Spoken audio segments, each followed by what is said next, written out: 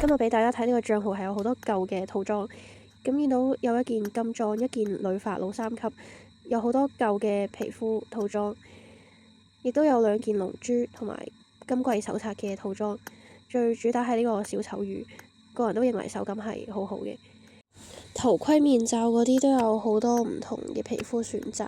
呢度有一個金色嘅頭飾，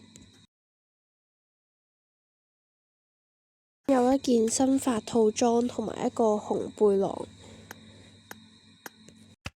車皮方面有一個 Tesla， 道具方面有一個紅寶石，然後主頁可以見到有3把紅色槍。寵物有4隻滿級寵物，綁定咗郵箱同電話。如果對我以上嘅帳號有興趣，可以去加我 WhatsApp 或者 WeChat 或者 IG。